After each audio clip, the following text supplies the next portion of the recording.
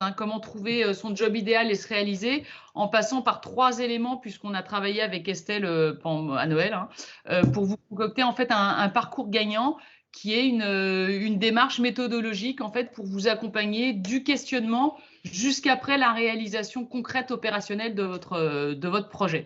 Donc ça va passer par bilan de compétences, Ikigai et également tout un accompagnement de coaching opérationnel. Voilà. Alors, donc on va commencer. Donc, comment trouver son job idéal et se réaliser.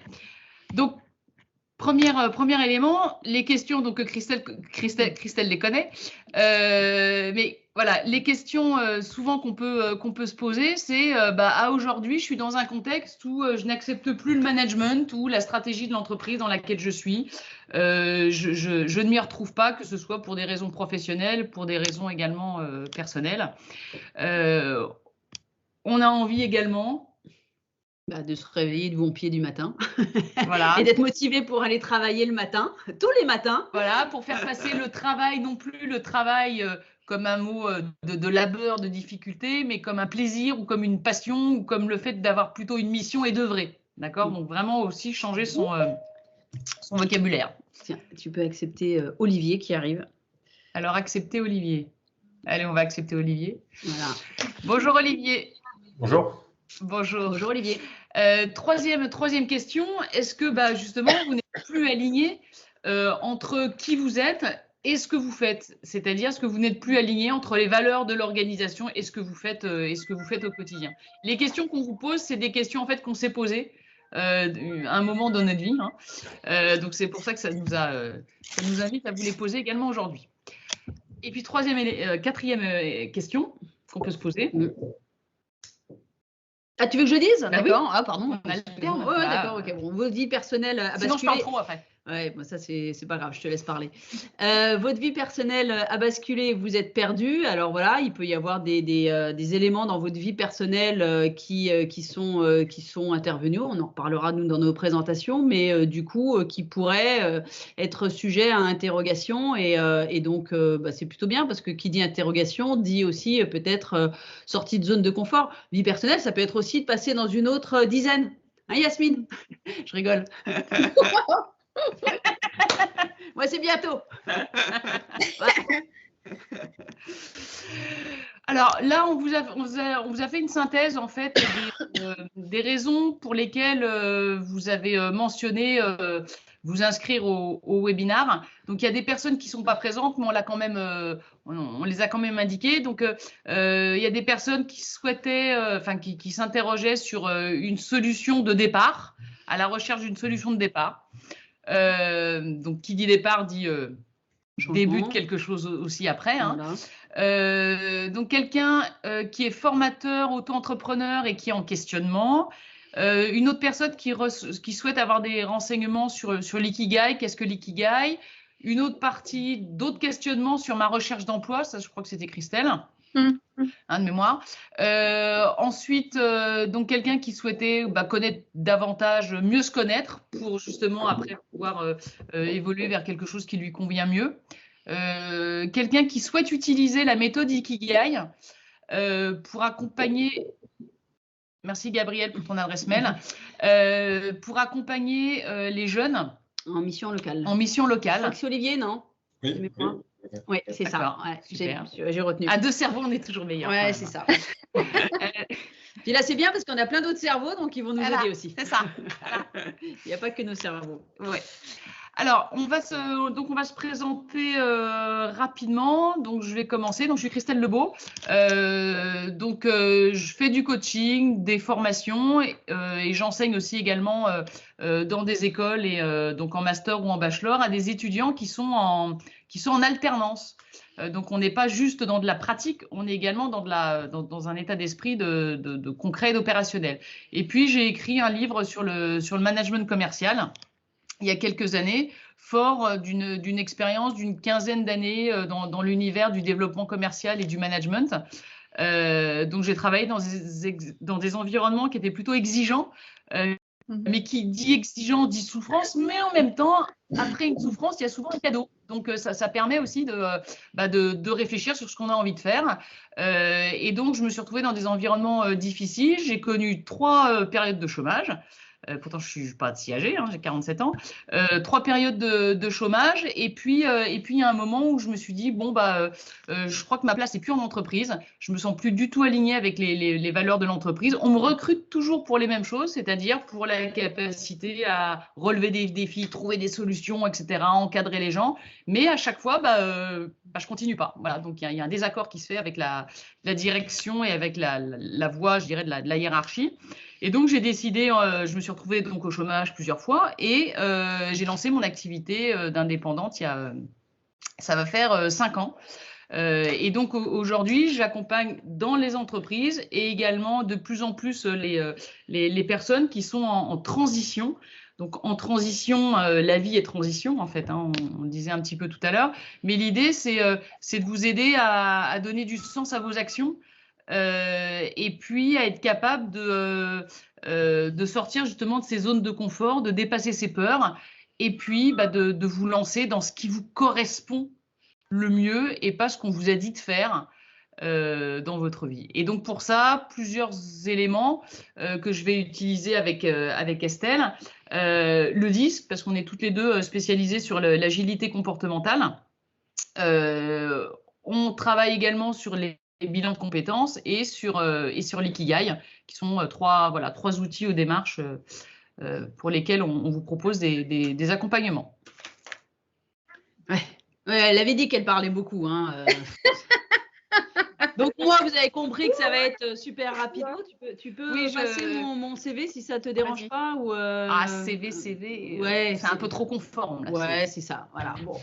Alors moi, je vais faire rapide. En fait, j'ai commencé ma carrière, j'ai fait une école de commerce, puis j'ai commencé ma carrière en tant que commercial et manager chez Xerox. Donc, je suis rentrée dans un moule où c'est pareil, hein, la notion de performance était quelque chose de très important. Pour autant, j'ai souhaité, après ces années-là, rejoindre donc, la famille pour une expérience en fait en B2C. Et en fait, je le dis parce que c'est important, c'est-à-dire que j'ai été plutôt conditionné, on va dire, sur une approche B2B, donc de travailler auprès des entreprises. Et quand je me suis retrouvée en B2C, finalement, je me suis un peu menti à moi-même parce que persuadée que je pouvais suivre finalement le job de mes parents. J'étais pas fait pour le B2C. Donc là, j'ai décidé de rejoindre mon mari dans son entreprise entrepreneuriale. Alors je dis mon mari, mon ex-mari, du coup, voilà. Vu que on a travaillé pendant pratiquement 20 ans ensemble et il y a peu de temps, c'est-à-dire l'année dernière, j'ai divorcé. Et il a fallu justement se poser la question de savoir ce que j'allais faire. Donc, est-ce que je repartais salarié, ce que j'ai connu aussi, hein, des périodes de chômage, ou est-ce que tout simplement je restais en fait indépendante et aller donner à la fois des formations auprès des entreprises et apporter du coaching. Et j'aurais tendance à dire merci Madame Covid, parce que grâce à cette situation, il a fallu que je me pose des questions et les bonnes questions sur moi. Ça a été l'occasion justement à la fois de faire un bilan de compétences et surtout de rencontrer mon Ikigai. Et en rencontrant mon Ikigai, en fait, je me suis rendu compte que j'avais une conviction profonde depuis toutes les années de recrutement que j'avais pu faire, c'est qu'il fallait être dans son idéal de projet professionnel. Et qu'importe les concessions qu'on est capable de faire, moi objectivement j'ai tout perdu, mais c'est pas grave. J'ai surtout gagné en fait à la fois en sérénité, en volonté et en détermination. Donc j'ai la chance finalement d'avoir intégré le Sud-Ouest dans la maison familiale, voilà. Donc j'ai même plus de toit entre guillemets. Je suis entre guillemets mais une SDF très privilégiée. Tu es retournée chez papa-maman. Je suis retournée chez papa-maman. Heureusement ils sont pas là, hein, quand même. Enfin, ils sont là 2 mois par an, donc parce qu'à presque 50 ans, donc voilà, il a fallu faire des choix et des choix de vie parfois qui sont radicaux.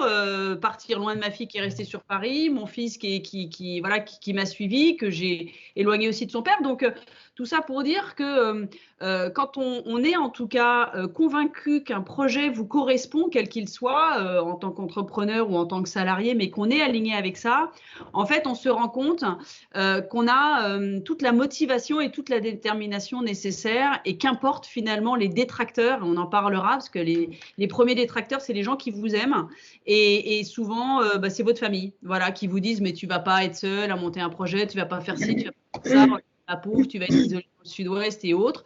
Ben non, en fait, je crois que j'ai jamais été aussi heureuse à la veille de mes presque 50 ans, en remontant tout de A jusqu'à Z.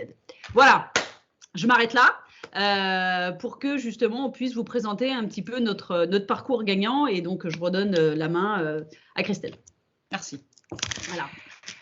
Merci Estelle. Alors, donc maintenant, on va rêver. On va rêver. Non, ça peut être la réalité. Hein. On va faire, voilà, certaines. Exactement, on va faire de nos rêves une réalité. Voilà. Donc, est-ce que vous aimeriez sauter du lit tous les matins? Voilà. Ensuite, est-ce que vous aimeriez atteindre, et vous allez, si vous le souhaitez, atteindre un équilibre entre le pro et le perso? Autre question, donner du sens justement à sa vie professionnelle. Et dernier élément, soyons folles, soyons fous, avoir confiance en vous et oser vous lancer dans ce qui fait sens pour vous, ce que vous avez à l'intérieur de vous, et pas ce que les autres vous envoient, que ce soit de l'inconscient collectif, que ce soit, je vais pas aller trop loin, que ce soit des injonctions de la famille, etc. Alors on dit juste oser vous lancer. Attention, on n'est pas forcément dans une logique d'entrepreneuriat, que les choses soient claires. Ça peut être oser se lancer aujourd'hui à changer d'entreprise, à changer de métier peut-être, ou à rester dans la même entreprise, mais peut-être prendre un autre poste. C'est vraiment la notion d'oser apporter un changement qui va vous apporter en tout cas plus de bien-être, plus de sérénité, et justement la possibilité de sauter du lit tous les matins pour se dire chouette, je vais travailler. Voilà. La vie est belle, j'ai de belles choses à faire. Alors, donc, quel est le parcours gagnant auquel on a pensé? Donc, c'est un parcours qui est très concret et très opérationnel. Donc, l'idée, il y a plusieurs étapes. Une première étape, c'est une étape d'introspection. Donc, une étape d'introspection, donc en fonction en fait du profil comportemental de la personne, il y a des gens qui vont avoir tendance à être plutôt introvertis et d'autres extravertis. Et donc, en fait, là, ça s'adresse vraiment à tout le monde. Donc, il y a une première étape, une étape d'introspection où en fait, on va se poser. Voilà. Les personnes extraverties dont je peux faire partie, ou Estelle, voilà, on peut avoir tendance à vouloir aller dans l'action tout de suite, action, qu'est-ce que tu me proposes et pour quel résultat, et on y va. Ok. Sauf que la vie faisant, les expériences faisant, on s'est rendu compte que plutôt que d'agir tout de suite, quelquefois, ça va être intéressant justement de faire un point, donc une introspection pour mieux se connaître. D'accord, donc mieux se connaître personnellement dans sa relation aux autres par rapport à ce qu'on a réalisé professionnellement ou dans le cadre de ses activités extra-professionnelles. Après, il y aura une deuxième étape dans ce parcours gagnant, une étape en fait d'exploration. Troisième étape, c'est une étape où après avoir fait justement cette introspection, cette exploration du champ des possibles, c'est le coucou. Ouais, c'est le coucou. Ouais, j'ai un coucou chez moi. Ouais. Voilà. Je ne sais pas si vous l'entendez. Mais non, mais c'est qu'une fois parce que c'est qu'une heure. Donc désolé. Ça va. Ça serait midi, vous auriez eu 12 coups de midi, mais voilà, là c'est coucou d'une fois. Désolé. Donc ensuite, c'est perturbant. Troisième étape, c'est l'étape de décision. D'accord. Donc on va prendre la décision. Est-ce que je veux me mettre à mon compte, retrouver du boulot, changer de métier, faire une reconversion professionnelle ou changer juste d'entreprise, voilà, tout simplement. Donc ça, c'est l'étape de décision. Et après, l'étape 4, c'est toute l'étape d'accompagnement qu'on va proposer concret, donc par des coachings, par des webinars, par des séminaires aussi qu'on organisera un petit peu plus tard, en présentiel et en distanciel, de l'action. Voilà. Donc implémenter en fait. Voilà, c'est ça. On va être dans l'action, accompagné, et bien sûr via une démarche logique qui est passée de la réflexion à une décision incarnée et à l'action. Donc l'idée, vous allez mieux vous connaître, gagner beaucoup plus de confiance en vous, hein, parce que quand les choses elles sont évidentes, on n'écoute même plus les détracteurs. On les entend, mais c'est pas qu'on les écoute plus, c'est qu'on les entend même plus. Hein, quand les choses viennent profondément de nous, après, voilà, on les incarne et puis on les réalise. Ensuite, ça va être d'identifier ce projet, en fait, qui va faire sens et qui est concrétisable et qui est rentable. C'est important qu'on gagne de l'argent. Donc, il y a une idée d'alignement entre ce qu'on fait, notre cœur, et aussi tout le côté matériel auquel il est nécessaire de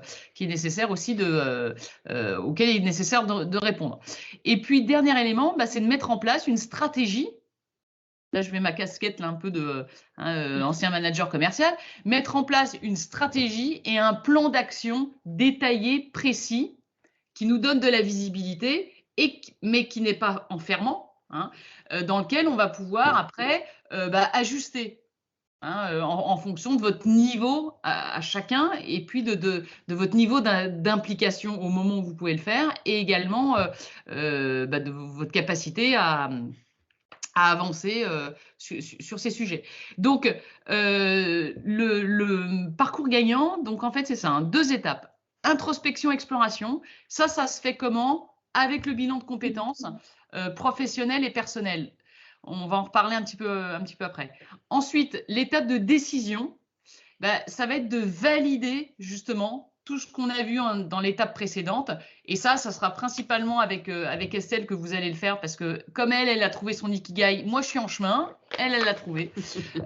Donc l'idée, c'est de le faire avec quelqu'un qui l'incarne complètement. Moi je peux vous accompagner, mais je vous renverrai plus vers Estelle à certains moments et puis on travaille comme ça de concert.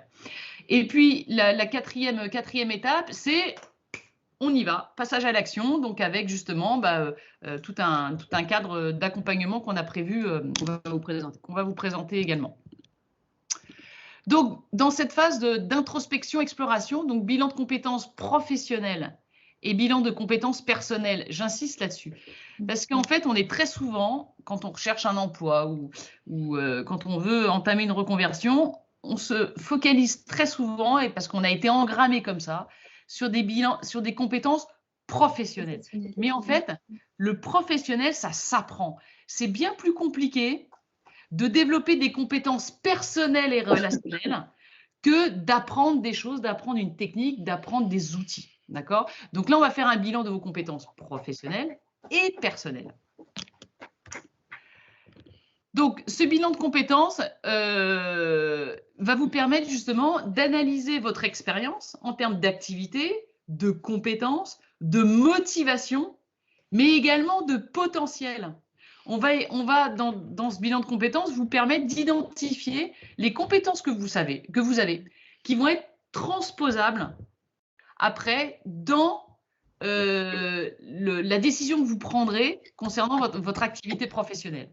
Ça va vous permettre aussi d'approfondir votre connaissance de vous-même, puisqu'on va réaliser un profil de personnalité, donc DISC avec les motivations.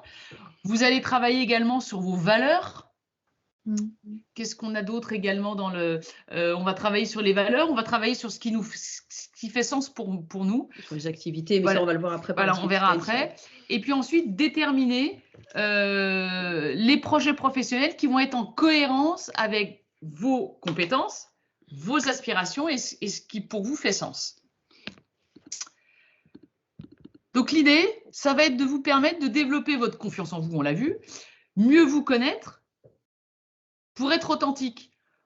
En fait, plus on est authentique, c'est le cheminement de ce que Jung appelle le retour à soi et l'individuation, c'est-à-dire commencer à enlever ce masque social pour redevenir le soi qui on est profondément. Plus on est authentique, en fait, plus on va rayonner et plus, en fait, on va attirer à soi ce qui nous correspond. Et ça, c'est vraiment un chemin de lâcher prise et de développement personnel vers lequel aussi on peut vous accompagner. Ça va vous permettre aussi de vous lancer dans l'action rapidement et de faire le point justement sur vos forces, vos talents et vos valeurs. Et ça, vous le ferez, vous allez l'ancrer encore plus avec l'Ikigai, avec Estelle.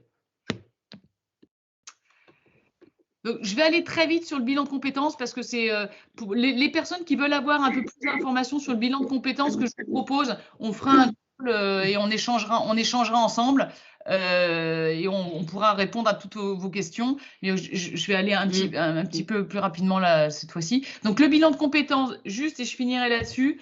L'idée, c'est d'être l'unique acteur de votre vie professionnelle. Tu peux nous expliquer pourquoi est-ce qu'on avait écrit ça? Être l'unique acteur de notre vie professionnelle. Je ne sais plus, moi, pourquoi on est plus. Non, je sais plus. Parce qu'on est sur autre chose, là. Vas-y, elle me piège. Voilà, c'était pour te laisser. Voilà, l'authenticité. On va revenir sur l'authenticité. Hein. Je ne suis pas en train d'essayer de vous broder un truc. Non, je ne sais plus pourquoi on écrit ça. Donc, on y va.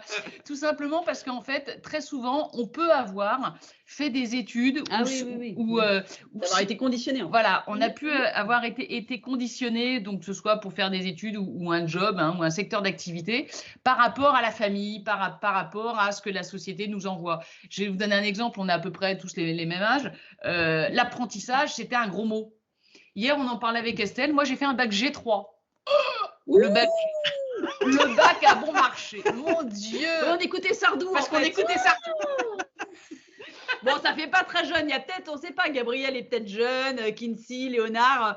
Mais bon, Sardou, il a écrit une chanson sur le bac G. Et voilà. Bac G, à l'époque, au secours. T'as fait un bac G? Ouais, j'ai fait un bac G parce que j'avais B. On m'avait proposé de rentrer en première B avec 4 de moyenne en maths. Et moi, avec mon couche, si. Et moi, j'ai fait, non, mais moi, je vais pas redoubler, hein. D'accord? Donc, je vais faire plus facile. Enfin, pour moi, plus facile. Et puis, je vais continuer après. Et ça ne m'a pas empêché de faire un BTS, une sup de co et faire un billet marketing après en Angleterre et sans redoubler. Voilà. Donc en fait, voilà, être l'unique acteur de votre vie professionnelle parce que vous pouvez être passionné, par exemple, y a des gens… Je vais donner un exemple. Tu veux bien donner un exemple? Non, je vais donner un exemple. Moi, je vais vous dire, quand je suis sortie d'école de commerce, je voulais faire comme une de mes sœurs aînées qui travaillait chez Arthur Andersen. Alors, ça n'existe plus, c'est une boîte d'audit. Hein, et qui avait l'air d'être très épanouie dans ce qu'elle faisait. Elle bossait jusqu'à 2h, 3h du matin. C'était des métiers de chien en équipe. On partait parfois 1 mois, 2 mois en mission, mais elle avait l'air d'être dans son ikigai. Donc, c'est-à-dire pleinement alignée avec ce qu'elle pouvait vivre dans son job et qui lui correspondait parfaitement. Donc, moi, en sortant d'école de commerce, j'ai dit, moi, je veux faire comme elle.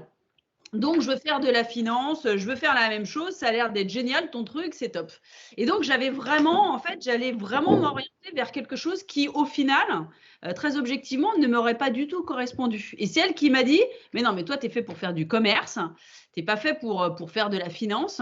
Donc, ne copie pas ce que moi, je suis en train de vivre, parce que c'était ce qu'elle vivait et c'est pas parce qu'elle rayonnait, elle, et effectivement, elle rayonnait par rapport à tout ça, que ça m'aurait correspondu. Donc, j'ai eu la chance d'avoir sa bienveillance, de dire non, ne me suis pas, ne suis pas mon exemple, suis. Alors, du coup, pas ta voix parce que j'en avais pas, comme souvent quand on sort d'école de commerce un peu généraliste, vous savez jamais trop ce que vous voulez faire. Mais c'est elle qui m'a dit, va plutôt vers la vente et donc vers une référence qui était Xerox à l'époque.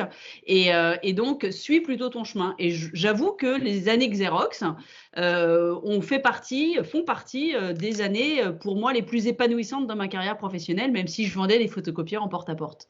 Voilà. Oh là là, c'est limite. Ouais, là aussi, il y a eu mal. J'ai 3, les photocopieurs à porte-à-porte. Ouais, c'était pas terrible, c'était pas très glamour, hein, mais j'avoue que j'étais vraiment dans mon ikigai à ce moment-là. Je le referai plus aujourd'hui, mais j'ai été. Donc, c'est là où effectivement, ce qu'on veut vraiment dire, c'est, et la jeune génération qui arrive est de plus en plus dans cette logique-là de se dire, je veux être l'acteur de ma vie professionnelle. Il faut savoir que les jeunes qui arrivent aujourd'hui sur le marché, ils vont connaître 11 métiers différents. Ce n'est pas 11 entreprises, hein, c'est 11 métiers différents. Donc, dans certains qui n'existent pas encore de métiers. Exactement, tout à fait, Olivier. C'est tout à fait ça. Donc, en fait, on tend de plus en plus à se dire, arrêtons à un moment donné je suis manager et j'aime pas être manager et je voudrais repartir, par exemple, à la vente. Mais qu'est-ce qui nous empêche de le faire, si ce n'est parfois un ego, si ce n'est parfois une entreprise qui va peut-être pas forcément comprendre, si ce n'est des collègues qui vont vous dire, ah non, mais attends, tu vas pas repartir. C'est mieux d'être manager. Etc. Ça va, entre guillemets, rétrograder. Non, il faut juste être là où on est bien. Voilà. C'est bon. Financement. Ouais, Financement, parce que là, important. on a un peu, voilà. Donc, financement, en fait, le bilan de compétences, on a un partenaire avec qui on travaille justement, qui est un organisme Calliope, etc., et qui fait des bilans de compétences. Donc, en fait, le bilan de compétences peut être financé par votre CPF. Donc, en fait, le financement, c'est soit, ça peut être pris en charge également par l'employeur. D'accord? Donc, c'est aussi des choses qui se négocient. Quand on est en train de partir, par exemple, de chez un employeur, on peut avoir des employeurs qui nous aident justement dans ce départ, dans cet accompagnement. Donc, ça peut être pris en charge par l'entreprise, ça peut être pris en charge par votre CPF. Et puis après, vous pouvez aussi avoir un financement à titre personnel. Et puis, ce bilan de compétences, vos derniers bénéfices, ça va être d'avoir un accompagnement qui va être personnalisé. Et puis avec des personnes qui sont expérimentées en fonction de vos besoins. D'accord? Donc nous, on est plutôt très généraliste. On est au niveau commerce, business et management et recrutement, beaucoup pour Estelle. Mais après, si on se rend compte qu'il y a des accompagnements vers lesquels des choses qui pourraient vous aider, on vous orientera avec nos vers des consultants, vers des consultants ou des partenaires. Métiers qui correspondront plus. Voilà. Et en plus, dernier élément du bilan de compétences, et c'est un avantage qui est vraiment indéniable, c'est le fait de pouvoir avancer à votre rythme selon votre agenda. Parce qu'en fait, ce bilan de compétences, il est hybride. C'est-à-dire qu'il est fait en digital. Et en même temps, on a des rendez-vous en fonction de certaines étapes. On a des rendez-vous de points en coaching, en visio. Voilà. En fait, ouais, parce qu'en fait, ce qu'il faut savoir, c'est que c'est donc du digital. Hein, donc, vous êtes sur la plateforme, vous connectez. Mais c'est l'un des rares bilans de compétences qui va aussi allier l'intervention et des entretiens. Donc, il y en a quand même 6 qui sont programmés, 3 avec le consultant métier et 3 avec un consultant psychologue.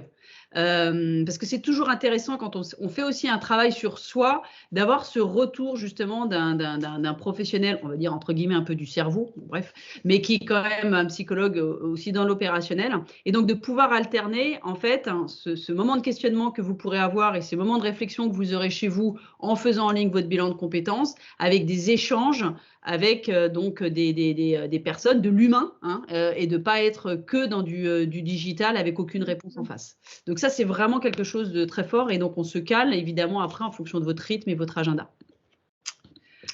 Donc, je vais finir là-dessus sur le bilan de compétences. Hein. Donc, les différentes phases, hein, c'est mon bilan professionnel. Donc, on analyse le CV, on analyse toutes les compétences qu'on appelle les hard skills, d'accord? Donc, les compétences métiers.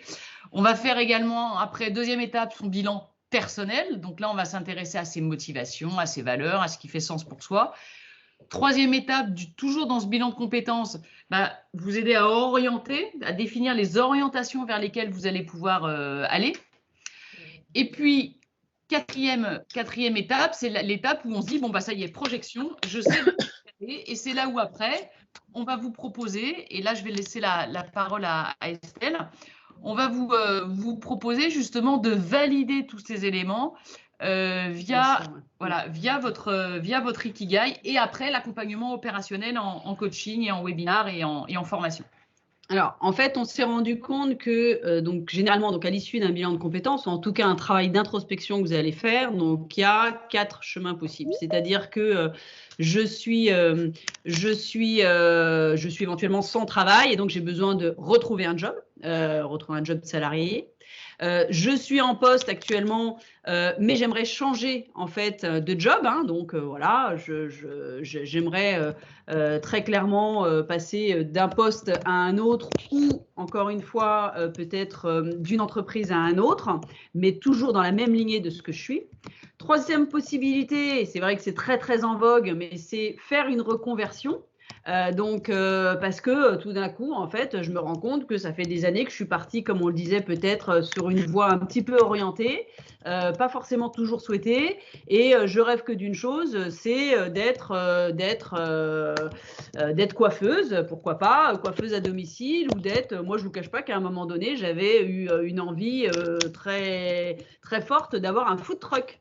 Voilà, parce que j'adore cuisiner, parce que c'est… Mais alors, c'était au tout début, donc voilà, c'était très compliqué, mais ça aurait été quelque chose qui m'aurait énormément plu. Je voulais faire un food truck spécial risotto.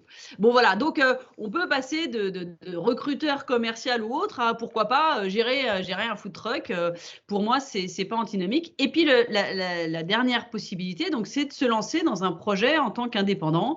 Ça aussi, c'est une grosse tendance, hein. On va d'ailleurs juste vous donner quelques chiffres là-dessus, justement, mais c'est dire qu'aujourd'hui, selon les différents sondages qu'on peut voir sur les réseaux, c'est quand même 1 Français sur 3, donc et un tiers des Français qui déclarent qu'ils ne sont pas heureux dans leur travail.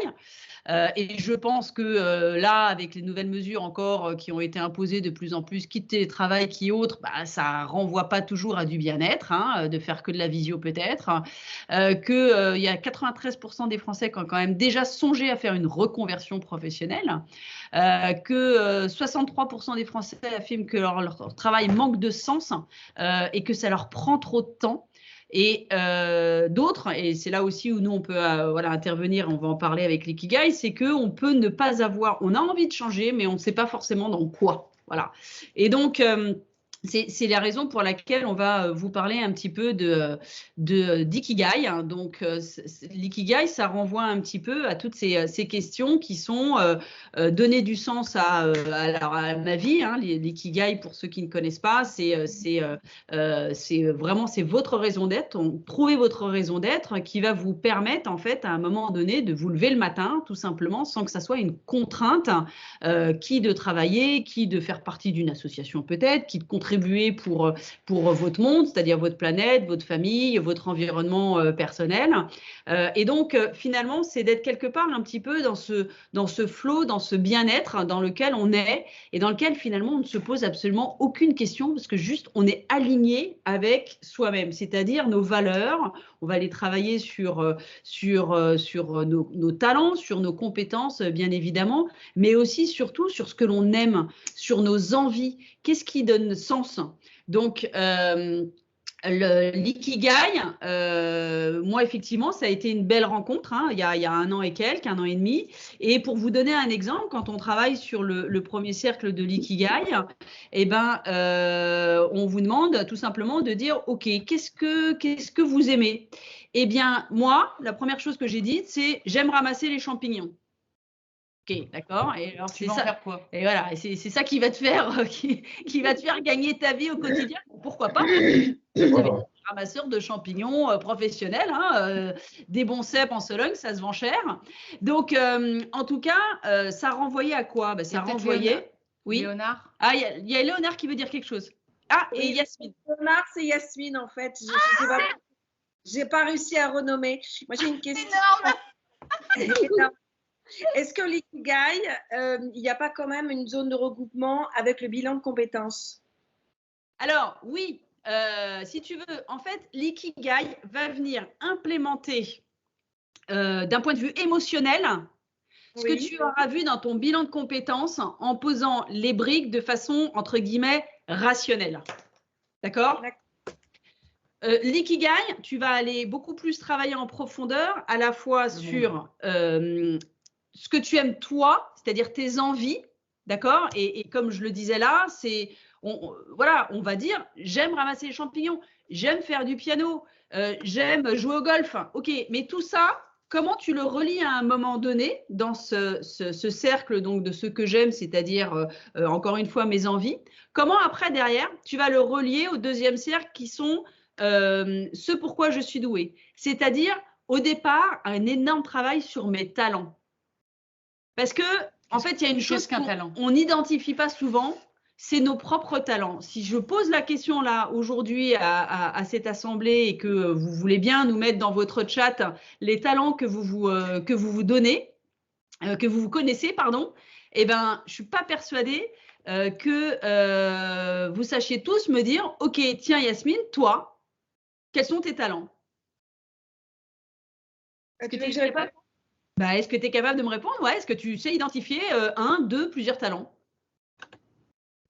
Oui, mais je suis persuadée qu'il y en a. Je peux en citer. Ben, je sais très bien écouter, j'aime écrire, j'ai une très bonne plume. Qu'est-ce que je peux dire d'autre? Tu vois, ça vient. Ah bah tu vois, j'en ai cité que 2. J'ai beaucoup de mal. En fait, j'ai beaucoup de mal. Merci Estelle, j'ai beaucoup de mal. Alors pourquoi tu as du mal? Parce qu'en fait, ça renvoie aussi parfois à la notion d'humilité. Hein? Ouais. Je vais pas dire. Alors là, je te remercie. Tu nous as dit j'ai une très bonne plume, mais globalement.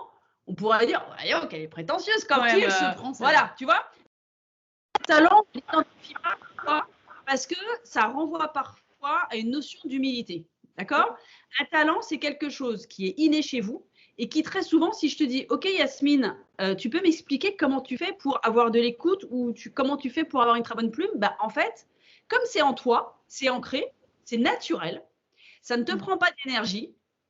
Donc, quand tu écris, moi, par exemple, pour moi, c'est une contrainte d'écrire. Ça me prend de l'énergie. Tu vois? Donc, je ne dis pas qu'après, tu ne peux pas développer ça en compétence, mais en tout cas, en talent, ça ne vient pas naturellement. Et donc, un talent, on ne sait pas l'expliquer. Si moi, je vous dis, par exemple, bon, bah, j'ai une capacité peut-être à communiquer ou à renvoyer mon énergie, si on me dit, mais tu fais comment? En fait, je ne suis pas capable de vous dire comment je fais. Ok, c'est très clair. Merci pour ton explication. Et donc, du coup, comment après t'appuyer sur ce talent ou sur ces talents pour construire en fait un projet professionnel qui finalement ne va pas te prendre d'énergie? Ouais, je vois très bien ce dont tu parles. C'est ce qu'on appelle aussi être dans le flow, en fait. C'est ça. C'est le flow, en fait, comme un sportif, ou je ne sais pas s'il y en a parmi vous quelquefois qui vont courir, mais quelquefois, on court et il y a un moment, voilà, on est dans le flow, on est bien. Voilà, donc c'est un peu ce qui est recherché ici. Voilà, et donc du coup, l'ikigai vient renforcer, hein, après on travaille sur les intersections entre les différents cercles, hein, il y a 4 cercles, et il y a un cercle que tu n'abordes pas évidemment aussi dans le bilan de compétences, c'est ce que j'apporte à mon monde, et ça c'est quelque chose de très important, c'est-à-dire mon monde c'est mine de rien aussi notre planète, hein, mais mon monde c'est aussi mon environnement proche, parce que quand on travaille sur un ikigai, eh ben, en fait on commence à venir bousculer un petit peu notre intérieur. Et quand on est en couple, en famille ou que sais-je, moi je sais que ça fait 1 an et quelques et demi qu'on me prend pour une martienne. On me demande si quand je suis partie sur Compostelle, j'étais pas dans une secte, que le fait de finalement être dans ce flow qui me pousse à avoir créé Booster Job, à m'être lancée, à être revenue chez papa, maman, etc. Ben, en fait, je suis tellement alignée que je me pose aucune question, mais ça vient évidemment bousculer l'environnement. Mais surtout aussi, on est aligné par rapport à la contribution qu'on peut avoir au monde. Alors, une remarque là d'Olivier, sur laquelle on va rebondir. Dans l'accompagnement justement Ikigai, il y a cette partie-là où en fait on demande aux autres justement comment eux nous perçoivent, quel talent ils voient chez nous, et auprès de trois populations. La famille, donc le cercle familial, le cercle professionnel et le cercle amical. Hein, donc, on va bien avoir ces 3 pans de notre vie auprès de qui on va aller aussi se renseigner sur comment eux nous perçoivent, comment eux voient nos talents. Parce que c'est très difficile, en fait, de les identifier soi-même, hein, puisqu'on peut avoir des freins, comme l'a dit Estelle, et on l'a vu avec Yasmine, des freins liés à une certaine humilité, une certaine éducation, hein, qu'on nous a, voilà, qu'on a hérité. Et en fait, l'idée de faire ce point justement talent, hein, uniquement un des cercles, hein, sur les talents, et ben en fait, on demande aux autres, en fait, quels sont nos talents. Voilà. Et ça permet justement, ça court au fait qu'on va avoir plus confiance en nous, parce que les talents dont on peut avoir conscience, et ben, les autres, en fait, nous les renvoient aussi. Et là, ça nous permet justement de commencer à avoir confiance en nous et diminuer un petit peu cette impression qui va être de dire j'ai pas le droit, ou un peu le syndrome de l'imposteur aussi, on peut avoir. En fait, l'ikigai, que les choses soient, on va être complètement transparente. Je peux vous montrer, j'en ai à peu près, voilà, j'ai à peu près tout un tas de livres là que sur l'ikigai. Donc vous pouvez acheter des livres et faire votre ikigai par vous-même. J'ai rencontré pas mal de gens qui ont dit ah oui j'ai lu un livre, etc. Mais en fait, le fait de le faire justement en coaching, en étant accompagné opérationnellement parlant, vous permet déjà d'avoir ce retour de miroir. Moi, les ikigai, je les fais en visio. Donc, ce qui permet aussi vous de vous revoir en replay et surtout de pouvoir analyser votre non-verbal parce que c'est très très fort à un moment donné de pouvoir se voir émotionnellement ou voir ce que notre corps nous a renvoyé quand tout d'un coup vous allez dire, voilà, comme Yasmine tout à l'heure, j'ai une belle plume ou j'ai une capacité d'écoute. Et bien en fait, quand on dit ça, on se rend compte que tout votre non-verbal s'exprime, le renvoi, et on a très très peu souvent l'occasion de pouvoir se voir. Et donc, en fait, cet ikigai qui devient opérationnel, on va évidemment vous faire des exercices dans lesquels on sollicite aussi votre environnement extérieur. Et donc, c'est par aussi le retour de témoignages d'environnement extérieur qu'on ancre encore plus ce fameux ikigai à la fin et où on a la certitude qu'on est au bon endroit. Voilà. Donc ça, c'est quelque chose d'extrêmement important et donc de travailler encore une fois sur la conjonction de tous ces cercles. Yasmine? Ah oui, je me demandais, est-ce que cette partie Ikigai est finançable via le CPF? Alors, bonne question. En fait, peut-être sur les questions.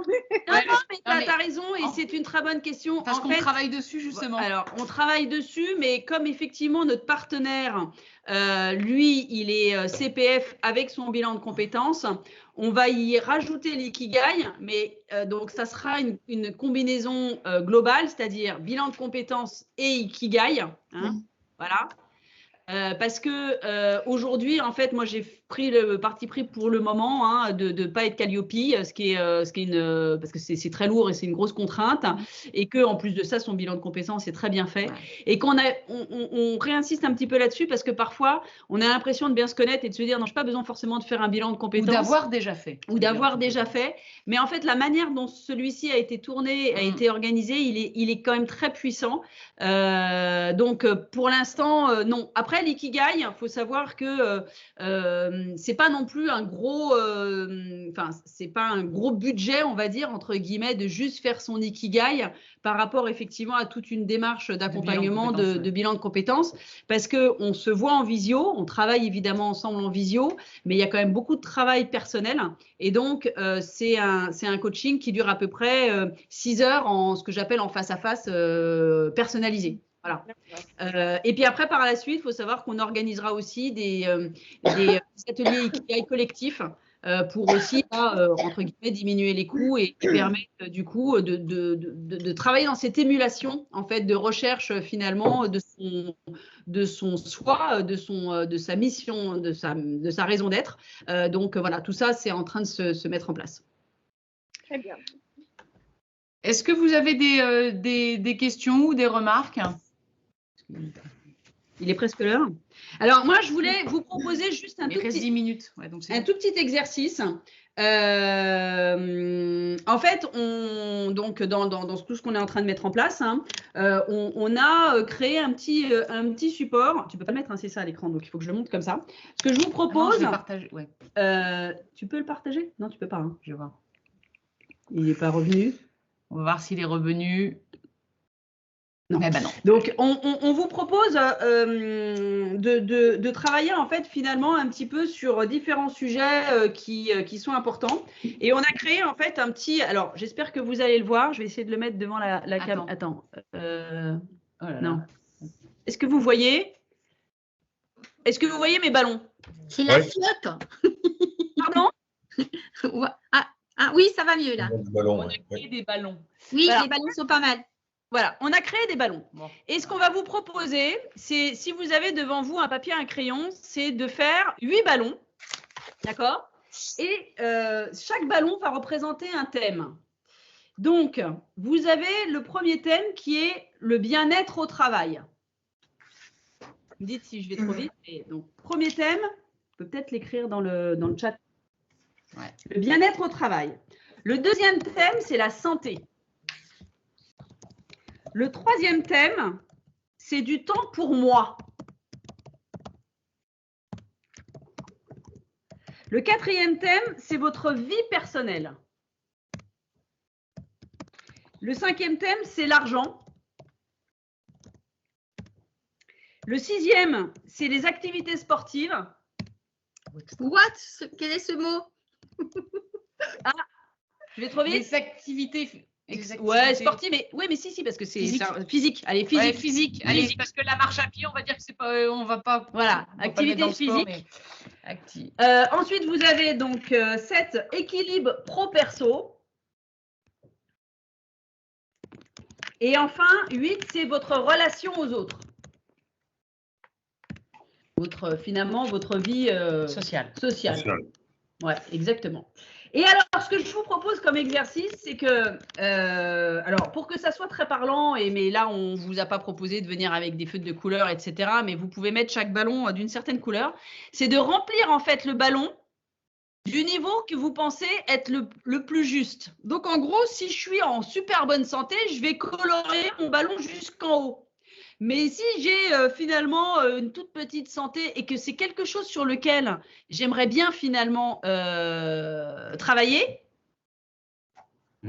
eh ben, ça va vous permettre d'avoir une photographie, d'accord? Tout ça, c'est les piliers de la vie, hein, quelque part. Hein. C'est les éléments essentiels à la fois qui reprennent aussi un petit peu la pyramide de Maslow et finalement aussi ce sur quoi on travaille dans l'ikigai. Mais vous allez vous rendre compte en coloriant et en prenant là 1 minute qu'on va vous laisser, 2 minutes, etc., des éléments sur lesquels vous avez besoin de travailler. Voilà, on vous laisse un petit peu au calme. On vous laisse dessiner. Voilà.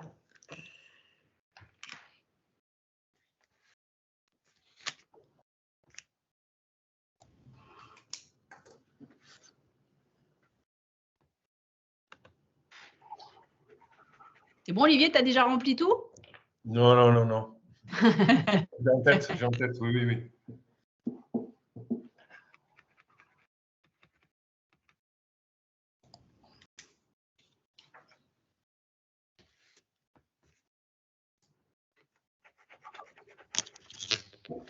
Je sais pas pourquoi je l'ai. C'est pour ça qu'il faudra passer sur son. Ouais. Yasmine, tu as rempli? Ouais. Tu nous as un joli bouquet? C'est pas très parlant comme ça, mais oui, j'ai rempli. Alors vas-y, est-ce que tu veux bien nous décrire un peu? Alors, tu n'es pas obligé, hein, mais est-ce qu'il y a un sujet que là où tout de suite, en fait, finalement, en réfléchissant, tu dis, ah ouais, là, effectivement, il y a un truc qui est peut-être manquant ou… Écoute, je suis… comment dirais-je? En fait, j'ai tout mis sauf santé, où je me sens plutôt en forme, plutôt bien, mais j'ai tout mis à demi-jauge, en fait. Ah ouais, alors… À demi-jauge, d'accord. Bien sûr. Tu crois, alors, donc tu pourrais dire que… Pardon? Je n'arrive pas là présentement à faire un tri pour dire, en fait, c'est ça sur lequel je travaillais, enfin, un thème bien particulier. Pour moi, j'en ai 7 que je voudrais travailler. Voilà. D'accord. Écoute, c'est important de revenir dessus et finalement, bon là on le fait un peu vite, mais on vous donne juste voilà cette petite astuce. Alors après on peut le faire sous forme d'un arbre aussi. Enfin il y a pas mal de choses qui existent. Bon nous on a décidé les ballons parce qu'on trouvait que ça pouvait être coloré, que ça pouvait être un peu sympa. Mais c'est vraiment de dire voilà à un moment donné, je prends un temps pour moi pour être complètement en sincérité vis-à-vis de moi-même. Moi quand j'ai fait cet exercice-là il y a 1 an et demi, je me suis rendu compte que bon bah voilà alors la finance c'était tout en dessous parce que je repartais de zéro au chômage. Voilà, je suis d'ailleurs toujours au chômage en création d'entreprise au chômage pour ceux que ça intéresse de se lancer, c'est possible. Et puis il y avait voilà la santé quand on divorce de temps en temps le corps il parle. Le mal a dit, donc mal au dos, mal machin, les tendinites, les épaules qui pètent, etc. Donc un truc où moi je connaissais pas parce que j'étais Wonder Woman jusqu'à ce que tout d'un coup le corps il fasse oh coucou, il va falloir que tu penses à toi. Donc santé tout d'un coup c'était quasiment niveau 0. Et en fait c'est simplement prendre conscience en étant en sincérité vis-à-vis de ça. Ce n'est pas forcément quelque chose sur lequel on va vouloir travailler. Peut-être que les activités physiques, on va dire, ce que vous faites là, ça vous convient parfaitement. Ben, même si c'est peut-être qu'1 heure par semaine, 2 heures par semaine, 3 heures par semaine, ben, vous pouvez quand même mettre la jauge tout en haut parce que ça vous convient. Voilà. Donc, c'est vraiment de se dire, voilà, dans ma vie sociale, je pense que la relation aux autres aujourd'hui, peut-être avec ce Covid, ça peut être un manquement. Et donc, dans ma vie, dans ma relation aux autres, dans ma vie sociale, peut-être que j'ai besoin de remettre un petit peu plus de sens en faisant des Zooms parce qu'on ne peut pas toujours se voir ou en organisant quelque chose, etc., etc. Donc, soyez honnête vis-à-vis de vous-même pour vous rendre compte après derrière des éléments sur lesquels pour vous c'est par contre vraiment indispensable. Qu'est-ce qui est important? Voilà, qu'est-ce qui est important et ce sur quoi j'ai envie de travailler, sachant qu'on peut évidemment pas travailler sur parfois l'ensemble des ballons. Est-ce que quelqu'un d'autre veut nous faire un gros tour d'expérience ou nous montrer son petit schéma si jamais? Ouais. Alors moi j'ai beaucoup beaucoup de blanc. J'ai beaucoup de blanc au niveau de tout ce qui est professionnel. Hein. D'accord, ok. Alors attends, non, vous n'allez pas voir. Attends, je vais essayer de me mettre un peu plus, mais je ne sais pas si ça va arranger les choses. Non, je ne crois pas. Je n'ai pas fait en couleur en plus. Alors attention. Ouais, d'accord, ok, d'accord, ouais, très bien. Moi, je n'ai pas fait des demi-jauges. J'ai fait des jauges à 0 pour le bien-être au travail, puisque là, comme je viens d'être licenciée, de toute façon, c'était aussi en lien par rapport à des problématiques de bien-être au travail et tout ce qui était en lien avec l'équilibre perso et pro. Sinon, vie sociale, je pense que je ne suis pas loin d'être au max. En ce moment, j'ai beaucoup de temps pour moi. Au niveau de la santé, j'ai quand même pas mal. J'ai quelques petits soucis de santé aussi en lien avec un problème de divorce qui a duré 6 ans. Donc, c'était un peu compliqué, mais bon, je pense que je tiens le bon bout. Et puis, par contre, j'ai beaucoup de boulot par rapport aux activités sportives. Je ne suis pas du tout au top là. Hein. Je suis allée à un quart du ballon. Et sinon, au niveau argent, pour l'instant, voilà, j'ai pas de soucis particuliers. Donc, j'ai vraiment beaucoup de choses en lien avec tout ce qui touche au domaine professionnel, en fait. D'accord. D'accord. Alors, juste une chose, d'ailleurs, c'était un post là, ce matin sur LinkedIn. Il n'y a pas besoin de faire d'activités sportives. Juste le fait. Alors moi, je l'utilisais aussi beaucoup au niveau personnel, mais quand il y a des moments où je me sens pas bien, etc., qu'est-ce que je vais faire? Je prends ma chienne ou j'y vais toute seule et je vais à la mer, parce que maintenant j'habite à la mer, hein, j'ai fait un changement de vie aussi au niveau géographique, où je vais en forêt, enfin je vais me balader en fait. Voilà, juste aller en contact avec la nature en fait. C'est ça. Et se remettre en présence. Voilà, essayer de se remettre en conscience avec ce moment présent parce que voilà, on fait corps avec tout ça et ça fait du bien. Il n'y a pas forcément besoin d'aller courir ou d'aller faire un sport. Hein. C'est juste cette reconnexion avec son corps. Hein. Oui, c'est ça. Hein, c'est ça. Moi, je vais marcher presque tous les jours, donc, mais je ne fais pas de sport à haut niveau. Voilà, c'est ça. Ça peut être chacun son activité physique en fonction de son âge. Moi, j'ai ma tante, elle a 77 ans. Et en fait, elle fait du yoga comme elle peut le faire. Et d'ailleurs, je peux vous dire qu'elle a un sacré niveau parce qu'elle en fait tous les jours. Hein. Donc, mais voilà, en fonction, voilà, après de son corps. Mais l'idée, c'est de toujours avoir cet équilibre entre son mental, son intériorité. Et cette expression corporelle, notre véhicule, en fait. Et juste, Olivier, tu nous as fait rire sur Superman, sur Superman qui pouvait finir en burn-out. C'est justement ça, en fait. Quand le fait, il y a un moment où il faut être capable de tenir et un moment de lâcher. Et moi, vraiment personnellement, je l'ai fait, le burn-out, parce que c'est toujours cette envie de, quand on veut, avec des drivers très forts, quand on veut, on peut, je vais réussir. Et puis, si j'ai une réussite facile, parce que moi, j'ai été éduquée comme ça, tu as une réussite facile, tu ne mérites pas, ça n'a pas de prix. Donc, j'ai toujours cherché, quand j'étais dans la vente, quand j'avais une vente facile et que je la gagnais, ça ne me plaisait pas. Il fallait que ça soit sur du cycle long, que ce soit dur. Et là, j'étais heureuse. Il y a un lien entre souffrance et travail qui a été établi lors de notre éducation et lors de nos études. pour moi, que ce soit pour les classes préparatoires, mon école d'ingénieur ou mes 20 premières années de carrière, souffrir, c'était normal et c'était même bon signe. C'est ça. C'est-à-dire que voilà, j'en chie comme tout le monde, je travaille le soir, je travaille le week-end parce que j'ai un PC portable. Tout est naturel. Et donc, à ce moment-là, on pense, parce que aussi c'est une période de vie où on est en bonne santé, 30 ans, 40 ans, en plus je faisais beaucoup de sport, que le simple équilibre avec une vie sportive va permettre de continuer à tirer sur la corde. C'est ça. Non. Et Ouais. pour certains, pour beaucoup d'entre nous, effectivement, il faut que la corde lâche ou casse pour qu'on se rende compte. Et je pense que c'est encore plus valable aussi quelque part avec les hommes où on dit vous n'avez pas le droit de vous plaindre. Oui, C'est un peu plus féminin. On dit que voilà, les femmes, elles peuvent un peu plus s'exprimer sur leurs sentiments ou parfois un peu féminin. Alors, ça renvoie quand même aussi à l'éducation. Ouais. Mais les hommes, souvent, voilà, pas le droit de pleurer, pas le droit de montrer ses émotions, tout renfermé, quoi. Oui, tout à fait. Donc, Superman a fait un burn-out. Oui. Il est humain aussi, hein, voilà. Voilà, c'est ça. Exactement. Alors, on va juste finir sur l'accompagnement, sur ce qu'on propose. Et puis après, donc on a vos adresses mail, on va vous envoyer donc la présentation. Et puis ceux qui veulent rester là un petit peu, on peut rester un petit peu. On prévoit toujours un petit peu de temps. Christelle a l'habitude parce qu'on s'était appelé il y a 15 jours. Oui, c'était génial. Voilà, donc on se laisse un petit peu de temps pour échanger ensemble, mais pour ceux qui veulent nous quitter, on va respecter le timing, ce qui est difficile pour nous. C'est ça. Je te laisse finir. Vas-y, là-dessus, peut-être. Non, mais sachez que voilà, vous recevrez dans la présentation, on vous a fait en fait une synthèse un petit peu des différents éléments par rapport aux propositions selon les quatre chemins dont on vous parlait. Retrouver un job, qu'est-ce que ça veut dire?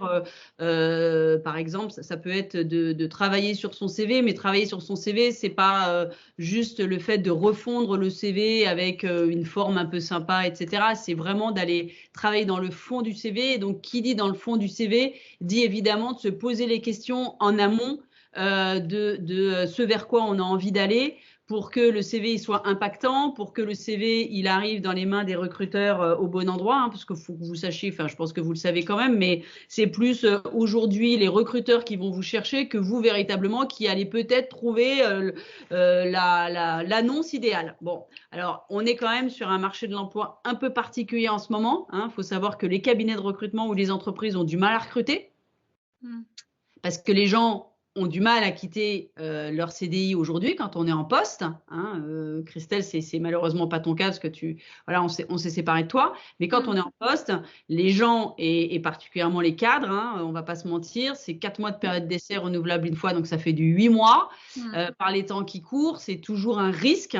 Et donc le fait de travailler en amont, parce qu'on va quand même se dire que d'ici quelques mois, voilà, ça va se rouvrir un peu tout ça, quoi. On va commencer peut-être à repartir, ouvrir la cage aux oiseaux, et on va peut-être se renvoler un petit peu et pouvoir opérer un peu plus de changements. Mais minimisons le risque. Et pour minimiser le risque, en tout cas d'un changement éventuellement de société ou de poste, il faut en fait se poser toutes les bonnes questions, évidemment en amont de cette démarche pour que à la fois dans la présentation de mon CV, à la fois dans ce que je vais véhiculer sur les réseaux sociaux si je suis un peu ouverte ou à la fois dans ce que je vais donner comme image dans l'entretien de recrutement, je puisse montrer que je suis convaincue que vous êtes l'entreprise idéale ou que c'est le poste idéal ou que j'ai les compétences et les talents idéaux pour votre société, etc. Et que vous et moi, entreprise, donc recruteurs et recrutés, on fait le bon choix. Alors, et moi, j'ai beaucoup de bienveillance, mais j'ai toujours considéré aussi que très souvent, les candidats étaient parfois responsables d'une mauvaise intégration dans une entreprise parce que parfois, on n'ose pas poser toutes les questions en entretien de recrutement. Et c'est ce sur quoi aussi je vous prépare, c'est-à-dire que quelles sont les questions qu'il faut poser en entretien de recrutement pour s'assurer qu'on est en phase sur les valeurs, sur la stratégie, sur le management, sur la mission, qu'on n'est pas en train de vous faire la mariée plus belle qu'elle n'est, viens chez moi, c'est sympa, gna gna gna, et puis en fait vous vous rendez compte quand vous rentrez que finalement, c'est pas tout à fait comme ça, mais vous avez parlé d'évolution, mais finalement c'est pas ça, à la mission de poste, mais en fait vous m'aviez dit que, mais en fait finalement c'est pas ça, et après on se retrouve coincé parce que vous avez quitté un poste. Oui. Et puis voilà, le problème c'est ça, on a échangé la semaine dernière donc avec quelqu'un justement que j'ai eu après au téléphone et qui m'a expliqué exactement ça, hein. C'est-à-dire qu'elle avait des compétences dans le marketing et en fait, on l'a fait venir. Et après concrètement au niveau opérationnel, elle s'est retrouvée avec les compétences marketing qu'elle avait qui n'étaient pas exploitées et en fait on lui demandait des choses notamment au niveau du marketing digital en fait qui ne l'intéressaient pas et pour lesquelles elle n'avait pas de compétences. Et elle s'est retrouvée coincée pendant plus de 2 ans justement, en plus avec un management toxique. D'accord. Ça a été très très compliqué pour elle alors qu'elle avait quitté une entreprise dans laquelle elle était plutôt pas mal. D'accord. Donc, en fait, vraiment, l'idée, c'est de vous accompagner sur qui vous êtes pour quand vous soyez en entretien, de poser les bonnes questions et d'être capable de dire non, je n'y vais pas. D'accord. C'est vraiment important. Est-ce que vous avez des questions? Est-ce qu'il y avait des sujets ou des informations un peu plus précises que vous auriez souhaité aborder? Moi, non, mais je voudrais vous remercier. C'était vraiment super bien. Super. Et bon. PowerPoint avec impatience. Et super. Moi, tu l'as compris, je suis très intéressée par l'ikigai. Voilà. Ouais. D'accord. Super, Yasmine. Merci beaucoup. Merci beaucoup. Alors, juste une chose, si vous ne recevez pas le mail d'ici ce soir, c'est pas normal. D'accord. Donc, relancez-nous. D'accord. Parce que voilà, ça peut arriver, mais bon. Merci Yasmine. Merci beaucoup. Léonard. Ouais, Léonard. Je suis nulle, alors je n'ai pas su changer le truc de mon fils. Désolée. Merci Yasmine. Salut Yasmine. Merci, au revoir. Christelle. C'est bon pour moi, super.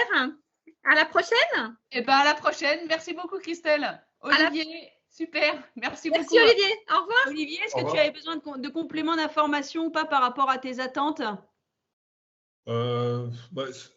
Moi, je suis en pleine réflexion sur l'ikigai. Alors après, c'est vrai que ce côté adaptation à une population de 16-25 ans qui sont du personnel qui est en mission locale, c'est un vrai débat que je creuse, puisque c'est de dire en fait l'approche avec les 4 cercles et surtout peut-être le vocabulaire utilisé.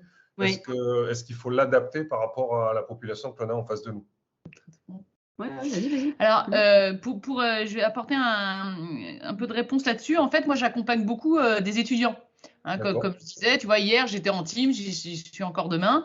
Et notamment, j'accompagne les étudiants sur leur développement personnel et professionnel, qui est plutôt pas mal, tu vois. Maintenant, il y a des cours de développement pro et perso en école. Et justement, je les accompagne, hier, c'était ça. Je les accompagne justement parce qu'ils doivent trouver un stage ou trouver une alternance. D'accord. Mais je leur dis bien, ne trouvez pas une alternance ou un stage pour trouver un stage ou une alternance. Et justement, on en parlait et je trouvais ça pertinent de commencer à les faire travailler justement sur leur ikigai, justement pour qu'ils aient cette démarche, pas comme nous on a eu de prendre le job pour prendre le job, mais en fait d'aller là où ils vont être bien, là où ça va faire sens pour eux. Et après, ça va les aider quand ils font des candidatures. Sur LinkedIn, parce que là, ils envoient plein de candidatures, aussi de pouvoir adapter ce qu'ils vont écrire, ce qu'ils vont dire, la forme de leur CV, pour que par rapport à ce qu'ils ont écrit, ce qu'ils demandent, hein, parce que souvent ils font des demandes, je dis c'est pas des demandes, c'est montrer qui vous êtes et en face le recruteur auprès de qui ça fait écho, vos valeurs, ce que vous allez pouvoir apporter, et ben en fait, il va vous contacter. Peut-être pas parce qu'il a un stage à vous proposer, mais parce que vous avez suscité son intérêt, qui va peut-être faire, et je vous dis ce que je leur ai dit hier, hein, qui va peut-être faire qu'en fait, il va vous passer un coup de fil et ça, c'est déjà arrivé avec un étudiant à moi, où en fait, l'entreprise l'a pris en stage et a créé le stage pour lui. Oui, ils ont cette capacité à faire ça, effectivement. Donc, voilà. C'est plus de semer des graines à droite à gauche que… C'est ça. Exactement. Mais l'ikigai a enfin moi en tout cas, parce que j'en ai fait tourner quand même pas mal, il a ce pouvoir d'être accessible facilement pour justement des jeunes, c'est-à-dire que voilà, quand on dit, comme je le disais tout à l'heure, hein, mais qu'est-ce que tu aimes? Alors au début c'est une question, je sais pas, j'en sais rien, t'aimes les jeux vidéo, t'aimes la moto, t'aimes ceci, mais après… Ok, t'aimes les jeux vidéo, qu'est-ce que ça t'apporte? Et donc, en fait, c'est la puissance que tu pourrais avoir, même en faisant par des ateliers, parce qu'on peut réfléchir individuellement en one-to-one, mais on peut évidemment aussi faire réfléchir en collectif. Et de dire, tiens, bah, vous vous mettez en binôme et quand vous posez une question, bon, bah, j'aime ça, bah, à chaque fois, vous dites, ok, bah, tu reprends la question et tu dis, ok, mais pourquoi? Et toujours le renvoyer dans le pourquoi pour qu'il creuse. Et ça va les aider après, ça c'est très important, ça va les aider après dans les entretiens. Parce que très souvent, dans les entretiens, ils ont tendance à dire voilà ce que j'ai fait. Ok, bon, voilà ce que tu as fait. Parce que hier, c'était ça, c'était entretien. Donc, ils passaient l'entretien et puis je dis oui, mais qu'est-ce que ça t'a apporté? Et l'idée, c'est de trouver, même dans ce qu'ils font dans leur vie privée. Moi, en fait, ils sont en école de sport. Et donc, je leur disais bah, tiens, qu'est-ce que le fait de faire du basket? Il y en avait un, il me dit je fais du basket. Ok. Qu'est-ce que ça t'apporte? Derrière, mets-toi à la place du recruteur. Qu'est-ce que lui va pouvoir voir au travers de ce que tu lui dis, de ce qui t'anime quand tu fais du sport? Comment en fait cette valeur ou cette motivation est transposable dans le monde de l'entreprise et dans l'entreprise? Et là, on les fait réfléchir et après, ils incarnent quoi, ils sont meilleurs dans les je dirais dans les entretiens de recrutement et on va vouloir les prendre et il faut les pousser, enfin moi c'est ma conviction en tout cas, les pousser à être authentiques tout en étant cadrés, hein, attention. Oui. Non, mais c'est clair qu'ils ne font pas toujours le lien entre leur talent instinctif de joueur de guitare ou de joueur de basketball et quand on leur traduit un peu, ils ne font pas le lien avec le fait de pouvoir se comporter dans une équipe parce qu'ils sont dans un jeu collectif ou via la guitare de faire preuve de créativité et donc toutes ces choses-là qui vont être intéressantes pour une société. Donc eux, ils cloisonnent un peu trop quoi. Pour eux, c'est dans la case souvent sport, hobby ou passion et ils font un cloisonnement entre monde professionnel et monde perso. C'est ça. Et en fait, ce qui est très intéressant, si tu veux, avec l'Ikigai, c'est que comme tu fais un travail à la fois sur toi, mais tu fais aussi échanger parce que, par exemple, quand on dit, OK, les talents et que tu le fais avec un petit camarade ou quelqu'un qui est à côté, dit, ah ouais, et toi, tu me vois quoi comme talent? Tout de suite, ça peut être interactif ou ça peut être avec toi en tant qu'animateur. Donc, et toi, tu me vois quoi comme talent? Donc, tout de suite, on peut être dans l'interaction. Et c'est là où, en fait, comme c'est accessible, parce que déjà, il ne faut pas grand-chose, il faut un papier, un crayon, faire des cercles. Donc, déjà, c'est voilà, c'est quand même un moindre coût aussi, on va dire, en termes d'investissement. On n'est pas obligé de passer un test, etc., comme on pourrait le faire avec le MBTI, avec le disque ou autre. Et en plus, bah, après, c'est une prise de conscience. Et donc, dans cette prise de conscience, le fait aussi qu'ils l'expriment, bah, après, derrière, ils ancrent en eux de pouvoir avoir cette gymnastique, de dire ah bah ouais, effectivement, tiens, je fais du basket, comme tu disais, ou enfin comme disait Christelle, et bah en fait, bah, c'est le fait d'être aussi avec les copains, de rire, de partager, de pas être aussi avec les écrans, d'être en relation, en connexion, de ressentir. Un objectif commun à partager. Exactement, un objectif commun à partager. Et donc ça, c'est un outil extrêmement puissant et accessible pour pouvoir animer justement des ateliers avec des jeunes. D'accord. Merci